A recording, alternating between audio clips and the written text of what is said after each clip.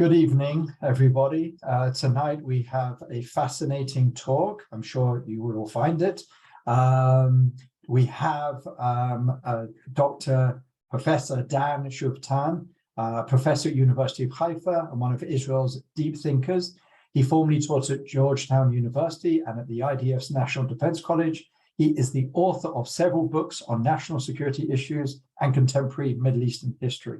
Tonight, he's going to be talking about Israel's opportunity, national objectives, and major challenges. Professor Schueftan will talk for around a quarter of an hour, and then there will be an opportunity for Q&A. So if you have any questions, you can even start writing them in the Q&A box, even during Professor Schueftan's talk, and then we'll get to them as soon as his opening presentation is over. And with that, I leave the floor open. Thank you. I would like to discuss Israel's national objectives and to point at some major successes and some very serious failures that we've had, but to see it all in the broadest possible perspective. And I would say the following. You must judge Zionism in a different way. You must judge the state of Israel in a different way than you judge other states, because Zionism is a radical revolutionary movement.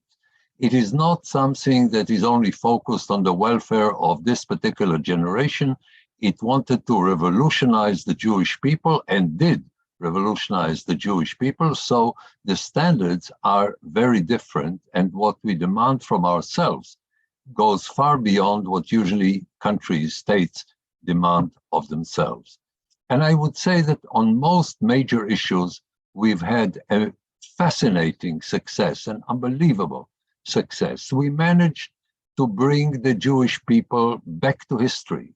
For 2,000 years, it was a potential of a people, but not a functioning people. We managed to concentrate the majority of the Jewish people in its ancestral homeland. We managed to establish here in Israel a pluralistic society, an open society. We provide security in a very hostile environment, not without problems, but with great successes concerning the ability of Israel to defend itself. We've been able to withstand unfriendly and sometimes hostile international circumstances. We managed to establish ourselves in the Middle East. We did not lose. And there was the fear that we would lose the Jewish creativity, in spite of the fact that we are no longer marginal people. We have perhaps the only combination that you can find between the ability to be Sparta vis-a-vis our enemies and Athens inside and to our friends. We managed to combine individualism, sometimes extreme individualism, with a very strong sense of solidarity and strong families and a lot of children. We have provided economically for Israel, and perhaps one of the most important things, the constructive attitude, the constructive focus of the Israeli society, namely constantly building new structures, adjusting ourselves to the challenges of the 21st century, are major successes. So on most issues, the success is phenomenal. On two issues, and I will elaborate on them in a minute, we have failed. But what I want to discuss beyond this success and failure is two particular issues, two particular objectives of Israel, where only recently we have catapulted ourselves to a new level. In other words, Israel, that for a long time was building something, finally succeeded in this structure, and we are now in a much better situation in terms of being able to defend ourselves and secure our future. Because we are speaking immediately after the elections, and we have gloom and doom among many Israelis, and particularly among observers outside of Israel, let me say one thing very, very clearly. I'm not at all concerned about the functioning of the Israeli society. Now, have all democracies around the world serious problems? Are they functioning not very well in the United States, in Britain, in France, in Germany, in all democracies all over the world? Yes. Do we have some of these problems in Israel? Yes. Is the Israeli political system dysfunctional, particularly in the last 4 or 5 years, with elections, 5 elections following one another in a very short period of time? Yes. But we have managed to demonstrate that the Israeli society is so strong and the Israeli institutions are so strong that we met 4 major crises with relative success. I would say better than most democracies. We've had the health success of the health crisis of COVID. We had the economic crisis. We had a unique security crisis, more than one in Israel. We had a political crisis, and we came out of it better than most democracies, in some cases better than all democracies, in spite of the fact that we have 2 populations, Arab and Ultra-Orthodox, that are extremely difficult, and we'll discuss them in a moment. They're a burden to every success that Israel has managed to achieve. But we've had great success on dealing with the pandemic. We had great success, relatively speaking, in dealing with the world economic crisis. For instance, we have around 5% inflation, while you have 8 to 10% inflation in Europe and in the United States. We have very little unemployment. We met extremely difficult security problems with relative success, no solutions, but good responses to security problems. And in spite of the malfunctioning of the political system, the Israeli democracy is functioning in the sense that the legitimacy of the government is not questioned. The government can function, again, thanks to a very strong society and strong institutions, health insurance, the Ministry of Finance, the Bank of Israel, the Israeli intelligence community, the Israeli army. So we're basically functioning relatively well in spite of the political difficulties. And one thing, this is relevant also to one of the most important successes that I will discuss in a moment, we managed not to miss a major opportunity. The previous government, the Netanyahu government, started the Abrahamic Accords with the support of the Trump administration, and later the Bennett-Lapid government managed to continue it, to strengthen it, to deepen it with the assistance of the Biden administration. So basically, this is functioning well. Where have we failed?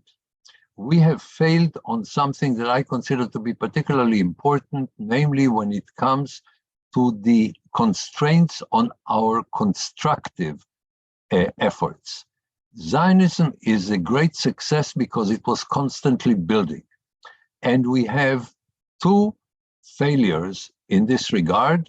A, the strengthening of the ultra-Orthodox community, because we are speaking about a part of the society that is not contributing to the building of Israel. They're a burden rather than an asset, and many of them don't work, don't serve in the army, are not contributing to Israel, are taking a lot of the economic resources of Israel in a way that most Israelis have very great difficulty with.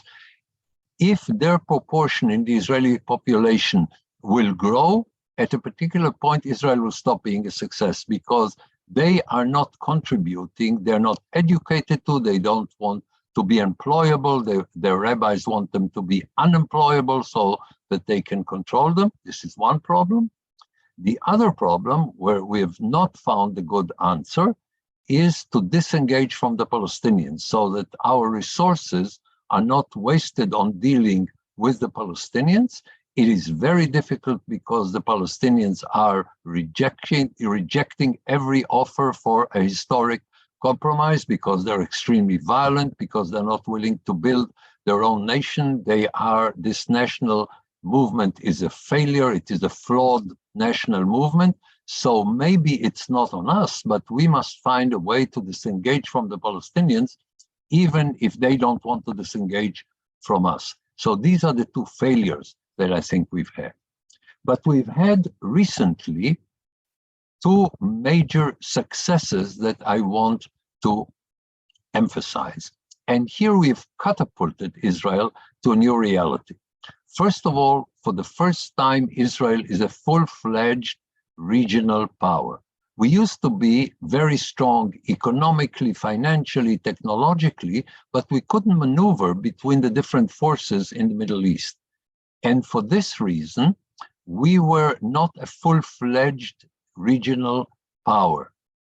And recently, with the Abrahamic Accords, but far beyond it, Israel managed to position itself in a completely different position of a country that is essential to the security of this region as perceived by the Arabs themselves. Arabs have realized since the Arab Spring that A, the Arabs are very weak, B, Iran is very aggressive and strong, C, since the Obama administration, you can't trust the Americans beyond a certain point to come and help the Arabs defend themselves against the Iranians, D, that Israel is dependable and will fight Iran under any circumstances, because from an Israeli point of view, we must resist, we must prevent Iran from hegemonizing this region. And this recognition has substituted the reality of the Middle East, where it was perceived as being guided, ruled by the Arab-Israeli conflict. And now we have an Arab-Israeli coalition against the radicals, primarily against Iran, to some extent against Erdogan. There are very few radicals, the Iranians, the Syrians, the Palestinians, the Turks in a way, not perhaps at the moment in a very open way, but potentially. So everybody in the region who wants to fight against the radicals understands that Israel is the most important asset that they can have. So we have an Arab-Israeli coalition. And this also changes Israel in the international arena, because everybody realizes that if you want to function in the Middle East, you cannot disregard Israel, that Israel is not a burden, but an asset. If you want to talk even to the Saudis, it's much better that you also speak to the Israelis, because the Saudis and other Arabs trust Israel more than they trust others, because Israel is willing, able, and actually doing it, fighting against the Iranians in a way that weakens them and makes it much more difficult for them to hegemonize the region. So both on the regional level and on the international level, Israel is in a new era now of a country that can maneuver in the region. Different Arabs are competing who will get Israel on their side when they disagree among themselves. We can work together with others in the region in a way that helps the American policy in the region. If Europe had a policy in the Middle East, Israel could help Europe too, because from a European point of view, it would be a calamity if Iran hegemonizes the Middle East, so that we are in a position where everybody must recognize that Israel was upgraded in a very major way. We have serious problems. Having Iran as an enemy is much more dangerous than having Arabs, because the Iranians are much more capable than the Arabs, and you have this very dangerous marriage between a strong and capable society and a barbaric regime. We had it 80 years ago. It's not as bad now, but this combination is very dangerous. We have another problem inside Israel. Arabs in Israel, the Arab citizens in Israel, have radicalized. They use much more violence against Israel, and we have a serious problem. But the problems that I mentioned can be managed by Israel. In other words, I can see a very good way of dealing with all three problems or four problems that I've mentioned. When it comes to the ultra-Orthodox, you need to persuade them, and not necessarily in a gentle way, to work and to be an asset to the country and not a burden. You can do it when they're not in government. And there is a very wide consensus in Israel so that you can establish a government without the ultra-Orthodox and without radicals on both sides. When it comes to the problem of the West Bank, we don't have time to discuss it here, but Judea and Samaria, with all the historic importance and the security importance of it, you can find a way that will not allow the Palestinians to use it as a springboard against Israel, but on the other hand, not to be present there. When it comes to Israeli Arabs, I think that law enforcement is the first step. In other words, and here I would like to conclude, we are, in historical terms, we are winning. In other words, we still have problems.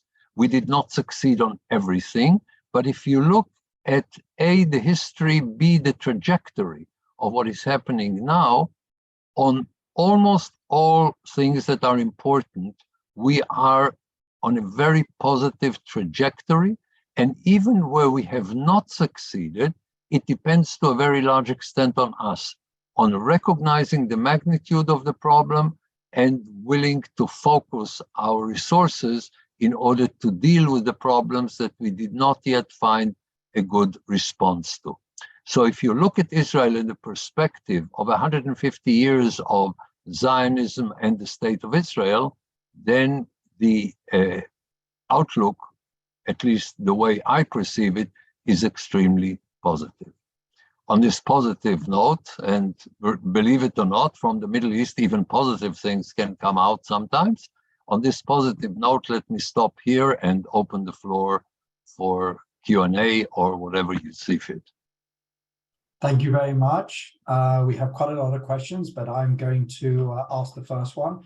As this is a webinar for the Israel Victory Project, I'd be remiss if I didn't ask, do you believe that there is a possibility of defeating Palestinian rejectionism of the Jewish people's right to sovereignty in their ancestral and indigenous homeland? Do you believe that it is possible? And if so, how would that happen?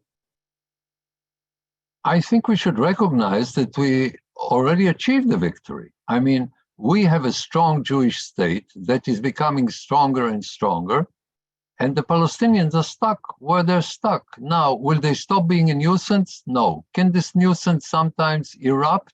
Yes. Is it unpleasant? Yes. But is it undermining the basic success story of Zionism? Certainly not. The very existence and constant strengthening and constant improving of the quality of life and practically everything else in Israel, in spite of the Palestinians, is the victory. We cannot go beyond damage control on a number of issues, but in most things in life, we don't have solutions. Is there a solution for poverty? No. Is there a solution for crime? No. But you can bring it down dramatically from an unacceptable level to an acceptable level, very often by the use of force or by the use of smart policies. You can bring down crime by a good law enforcement system. You can bring down poverty by a welfare state system of one kind or another, but you can't solve the problem. The fact that the Palestinians want to continue to be a problem, the fact that there is something deeply flawed in the Palestinian national movement is on them.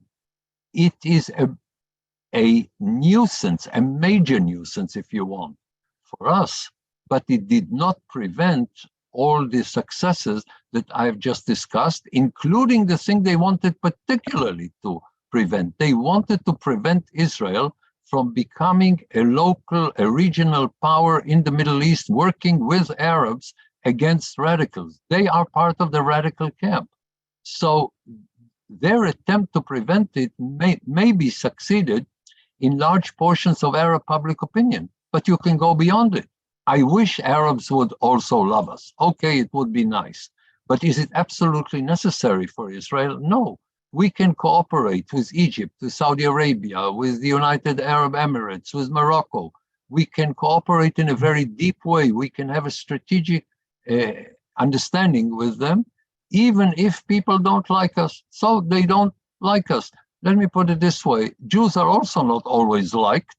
And I wish they were liked, but you can do whatever you see fit, even if you're not liked by many Arabs. Thank you. We have a question from Steve. Why do you think Israel is so inept in prosecuting the propaganda war? Do you have anything to say about why Israel is failing, according to some, in making its case around the world?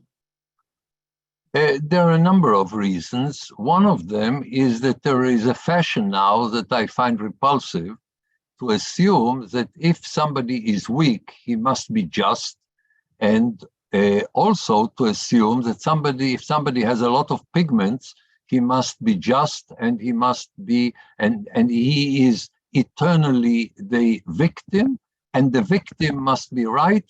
And okay, it's a fashion. I hope it will pass, but there is very little we can do about it. The second element is anti-Semitism. I wish we could get rid of it. It is not the most important component in the attitude towards Israel, but to a very large extent, we have a substitution of hating the individual Jew by hating the Jewish state, and assuming that every lumpa umpa has the right of self-determination except the Jews. So they say, why should there be a Jewish state? I mean, every umpa lumpa can have a state because it is the self-evident right of self-determination, but the Jews have to explain, and they have to apologize. Also, we have a disproportionate part of the Israeli population and Jews who have this obsession with feeling guilty. And if somebody feels guilty, then somebody who is not willing to take responsibility will use it. And what we have here is one people who will never take responsibility for anything, the Palestinians, particularly the Arabs in general, and one people that insists on being guilty because it was raised by Jewish mothers. I'm not sure why. There is this distortion among Jews that they enjoy feeling guilty. And when you combine the two, it is actually working very strongly. Also, Israelis are not very good at it, but I don't think that this is the most important component. The most important component is that people are not willing to listen to reason because of the fashions that I spoke about. And one last point, international organizations are inherently distorted and very often prostituted because they are built on the system of one country, one vote, with a majority of countries where you don't have one person, one vote. So you have, for instance, in the United Nations, a majority of authoritative states, dictatorial states, sometimes even barbarian states, and they're the majority. And because they're the majority, every international organization is almost always anti-Israel, because the largest groups of Arab states and Muslim states have a coalition with others. So if you bring all these things together, it will explain it. It is not because we don't have good arguments. It's because that people won't listen to good arguments because of the numbers of reasons that I've mentioned here. Thank you. There's an anonymous question. Is the US losing its influence in the Middle East to the point that it will no longer have significant influence in the future? Well, President Obama did his best to lose influence everywhere in the world, because when it comes to foreign policy, practically every decision that he has taken, or most of the decisions that he has taken, were counterproductive for the American-led world order. We have seen in America very little understanding of what is happening around the world, and therefore we have, in some fields, a lowering of American influence. this is coupled also with the rise of China that challenges the United States. And a lot of the strengthening of China was a miscalculation of America, letting China strengthen itself at the expense of the United States, not just the United States, but also Western countries in general. So we have, alongside, we have this problem. So is it true? Yes. But is the United States still the only country that can provide the structure for the existing world order? And even the Chinese don't want it at the moment to substitute it by a Chinese world order because they benefit from the way it is today. I am longing for American presidents and secretaries of state and national security advisors of the caliber of Nixon and Kissinger. I think they were the best. I think the worst were Jimmy Carter and Barack Obama. And now we're having something that is reasonably much better than Obama, because there is a recognition of the danger of China. There is an American response that is basically correct on the issue of the Ukraine. The Ukraine war was a wake-up call for many, including Americans, particularly Europeans, but including also Americans. So basically, we are now in a situation that is not as bad as we were under Obama. Thank you. We've got a few questions about Iran. Some ask what you see will be the end result of the demonstrations, of the uprising, if you will. And others ask, what do you believe is the risk of war with Iran and its proxies? First of all, concerning the upheaval in Iran now, it is serious. It is very serious. It is spread around Iran. It covers a lot of people who are actually disenchanted with this regime, with the revolutionary regime. It comes on top of other eruptions that we have in Iran. I don't know, and nobody can know, when this will reach a kind of critical mass that will bring down this regime. I would not expect it to be very soon, but I'm willing to be surprised on both ends, that it may take decades and it will happen tomorrow.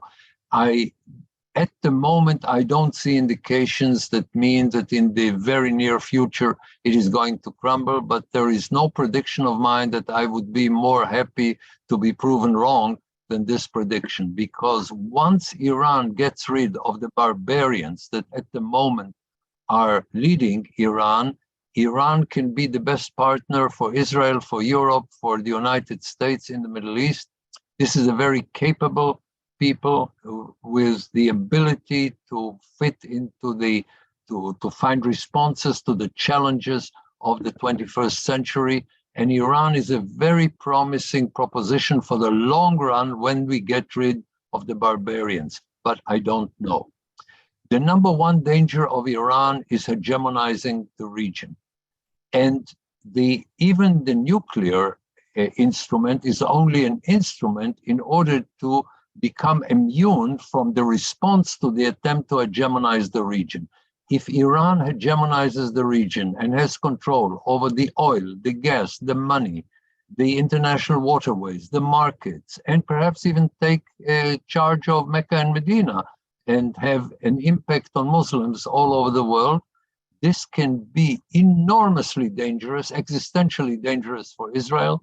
It will be enormously dangerous for Europe, and the Europeans are not willing to recognize how dangerous, and for the whole world.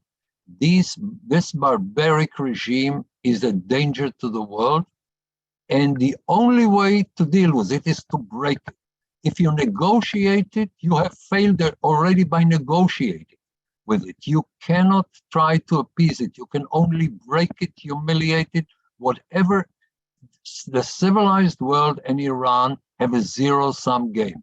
Whatever is bad for Iran under this regime is good for the world. And when you get rid of this regime, then you can help Iran, then you can try to reach understandings with Iran, then Iran can be a constructive power. But at the moment, it is a zero-sum game. We only have 1 minute left, and we have lots and lots of questions, quite a few about on the eve of a potential new government. If you could, in a shorter amount of time as possible, can you give us your hopes and concerns for the incoming government? My major concern is the strengthening, the enormous strengthening of the most negative element in the Israeli society, namely the ultra-Orthodox community that is not willing to work and to serve in the army, and that is basically living off us and at the expense of our sweat and our blood. If an ultra-Orthodox wants to have his way of life, but work, pay taxes, serve in the army, I have no problem whatsoever. Everybody can choose a way of life that he wants. But their insistence to have a parasitic existence inside Israel and the enormous rise of their proportion in the population, we are speaking about 6.6 children per family, and they're kept ignorant purposely by their rabbis in order to make them unemployable. This is, to me, the number one threat of this government. I also think that it is a mistake to try to establish Israel more deeply into the heartland of Judea and Samaria. I would not like to annex it into Israel, and this government, particularly the Smotrich, is inclined in this direction. They try to impose on secular Israelis who built Israel a religious life will fail, but I think the attempt to do it will cause a lot of harm to Israel. But I think that we will see some kind of moderation. What we see at the moment are the worst parts, and it is at least my hope that even when it comes to very sensitive issues like the judicial system, there will be a reform, but not an attempt to destroy the system. And my prediction is that when it comes to this is one of the most important issues. Here we will have a compromise that will, on the one hand, distance itself from the radical attitude of Aaron Barak that we've seen from the 1990s, without going to the other extreme and imposing on Israel a system that will be harmful. I think we have a good chance of reaching a compromise there. Whatever my concerns, I don't think there is the slightest danger to the Israeli democratic system. We have seen now years where everything depended on half a member of parliament, and everybody recognized the legitimacy of the process, and the process worked. Would I like it to work better? Yes, not only in Israel, but in all democracies. By the way, I think in the United States, the structural problems are by far deeper than in Israel, but structural problems in all democracies, unfortunately, are now the order of the day. With that semi-positive, optimistic note, I'd like to say thank you very much, Professor Schueftan, for your time and enlightening presentation tonight, and all those of you who took part and participated. Just to let you know, on Wednesday, I will be giving my weekly Israel Insider webinar, where I'll be giving a behind-the-scenes look at Israeli politics, which is at 3 o'clock Eastern Standard Time. And with that, I'd like to say thank you again, and good night from Israel.